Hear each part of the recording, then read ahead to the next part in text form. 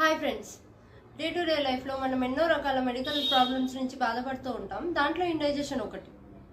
Indigestion problem వయసు సంబంధం లేకుండా ఎవరికైనా వస్తుంది.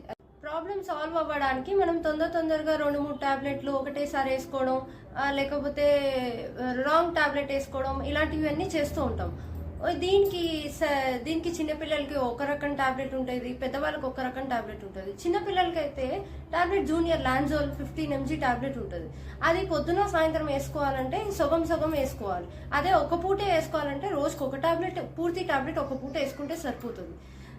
లేదు టాబ్లెట్లు వద్దండి, మాకు సిరప్ కావాలి అంటే సిరప్ డైజిపిన్ అని ఒక సిరప్ ఉంటుంది.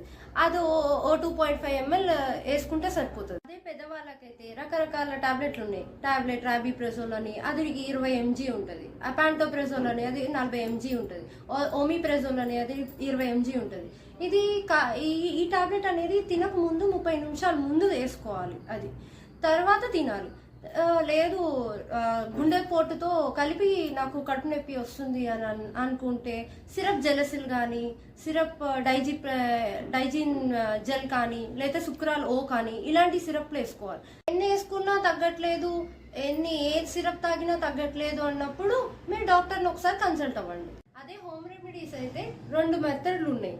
దాంట్లో మొదటిది కరెక్ట్గా పొడిని ఉప్పుని కలిపి తీసుకుని 3 గ్రాములు వచ్చేలాగా తీసుకుని గ్లాస్ వాటర్ తాగేయాలి. రెండో పద్ధతి లవంగం వాటర్ తాగినా సరిపోతుంది. ఈ పద్ధతులు ఫాలో అయితే ఇండైజెషన్ ప్రాబ్లం నుంచి రిలీఫ్ అవుతారు. అయినా తగ్గకపోతే మీరు దగ్గరలో ఉన్న డాక్టర్ని కన్సల్ట్ అవ్వండి. వీడియో నచ్చితే లైక్ చేయండి, మరిన్ని వీడియోలు కావాలంటే సబ్స్క్రైబ్ చేయండి.